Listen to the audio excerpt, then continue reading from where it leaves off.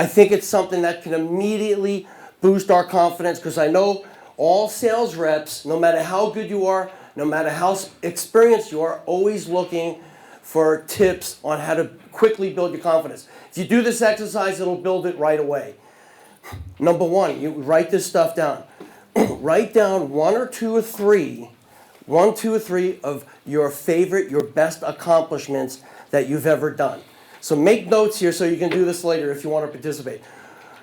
1, 2, or 3 of your favorite accomplishments of all time. Then you want to write down, what did you have to persevere through to get there? What were the hardships in the journey?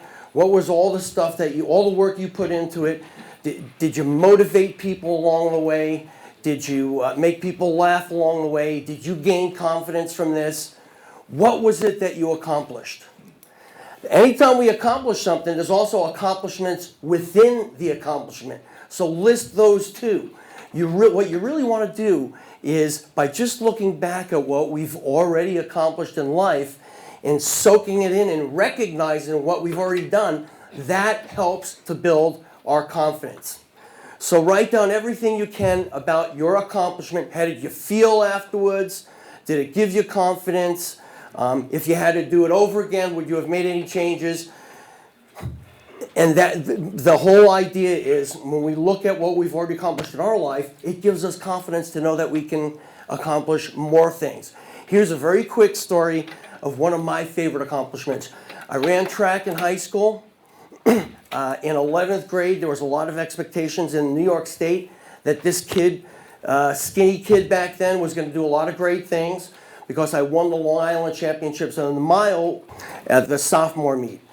Now, I worked really hard building up to 11th grade, and at the first invitational, with all these expectations on me, the first invitational, I was running the 800 meters, and it was in April of 1974. And in my heat, with 1 lap gone, 1 lap to go, I was right where I wanted to be. I was in first place. But on the back stretch, if anybody here knows track and field, I hit the wall. And in track and field, when you hit the wall, it feels like this hurricane force wind's blowing against you, and it's very painful.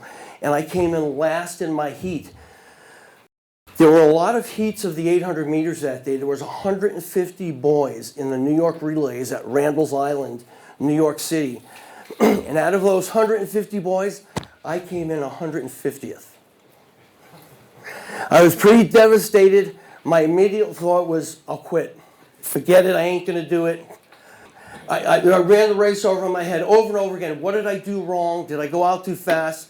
Finally, way back then, I just said to myself, I made up a word that really caught on. I said to myself, forget about it.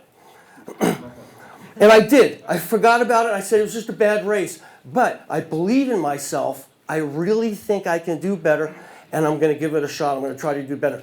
Then I had that epiphany moment. I became really pissed off.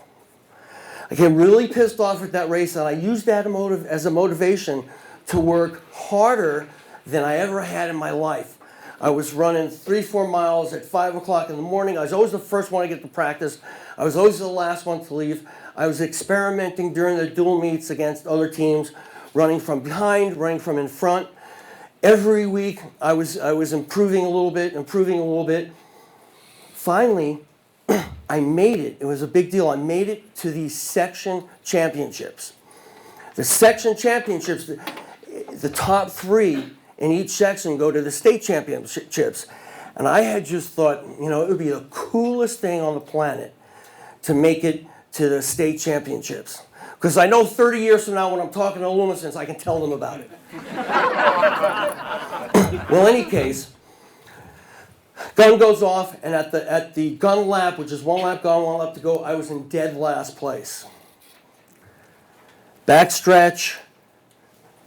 Again, hurricane force winds, except this time they were at my back, baby. And I flew and I passed everybody except one guy. I came in second in section. The guy that beat me at the time was the fastest runner in high school ever in the world. He went on and won a gold medal in the Olympics. But I made it to state championships, and I was pretty pumped. And a lot of the experts that week said to me, don't run like that again in state or they'll, blow you away. Well, sometimes whether we're selling or doing other things in life, you got to listen to the expert inside of you. And at the gun lap at the state championships, I was in dead last. The back stretch came, and I stayed very patient. Again, what are the chances? Hurricane force winds, this time again at my back, baby. And I passed everybody, and I got right up to Mark Belger's shoulder. He had tied Jim Ryan's record as the fastest 800 meter ever in high school. Around the whole turn, neck and neck, down the straightaway, neck and neck. The thing that I remember the most is, man, that roar of 5,000 people going crazy. It was freaking amazing. Of course, he was Mark Belger, and he had another gear, and 30 yards to go. He pulled away. He beat me by 5 meters. But after starting the year, coming on 150th, I came in second in the state championships in the state of New York in 1974. Being that I was smart enough to recognize what I had done and really not brag but be proud of myself, that experience gave me confidence for the rest of my life to know that I could do pretty cool things, pretty great things. And honestly, if I had quit when I was thinking of quitting, I probably wouldn't be here right now. I certainly wouldn't have been a successful sales rep for 10 years in the 80s. I certainly wouldn't have been an independent video producer and filmmaker for 25 years working for all of these great companies. But even more importantly, if I didn't have confidence in myself, which I want everybody in this room to have, I probably wouldn't even be alive right now. In June of 2009, I was diagnosed with an aggressive prostate cancer. In August of 2009, I had a radical prostatectomy. I had my cancerous prostate removed. A couple of days later, I almost died. It was a horrible day. I hope I never have to go through that again. I laid there for hours sick. They had to shove plastic tubes down my nose. I got sick all over the place. I got through that, and then I developed another complication. I had blood clots in my foot that could have killed me at any time. My wife was pregnant with our baby, who was due December 7th. Our baby came on September 1st. Less than a month after cancer surgery, Hannah was born, 3 months premature, at 1 pound, and the doctor stood at the incubator and said, in the meantime, I'm standing there with 2 blood clots in my foot. They had told me they got all the cancer, then they said it came back, so I was starting to do radiation every day, nauseating radiation treatments. The doctor said, Mr. Hennessy, your daughter Hannah is fighting for her life right now. I was like, am I really hearing this? He said, as good as the technology is, the best thing for Hannah right now is mommy and daddy's touch, mommy and daddy's voice, mommy and daddy's scent. So I would do radiation in the morning, feel nauseous all day, but work all day. Work is what made me feel good. Then at night, I would go to Hannah's incubator, and at the time, only thing you could do is stick your hand into the incubator. And when you did that, when my hand would touch her almost microscopic hand, she would hold on like that. And we would stay like that from 6 o'clock to 7 o'clock to 8 o'clock to 9 o'clock, 10 o'clock, 11 o'clock, sometimes 12, 1, 2 o'clock in the morning. The whole time I sang her songs, the whole time I prayed for her. Long story short, we persevered. I stayed myself. I was making people laugh in some of the craziest times of my life. Some of the nurses thought I was completely insane.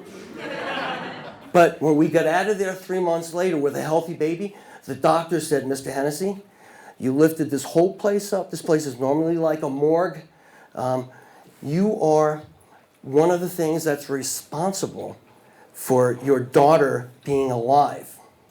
And my daughter right now is she went from being one of the sickliest kids in Silicon Valley with millions of people. Today she's one of the healthiest kindergarten kids in Silicon Valley. It's a real blessing. Instead of getting down and sulking, I mean, I had some rough times. During this whole process, I've done my best work. I've done my best creating. I'm 57 years old. I've got so many great plans ahead of me. That experience, those experiences alone gave me even more confidence. And I'm at the point now where I have the confidence that I'm going to do great things in the film industry and nothing's going to stop me. So that being said, you guys wrote that down. Who is going to do that confidence building exercise? Do you guys want to do it later? Yeah, sure. Okay, give me a yay if you're going to do it. Yeah. Okay, do the confidence building exercise, recognize those accomplishments, really soak them in, really feel proud of yourself, and learn what you've already done. Make it give you a lot more confidence.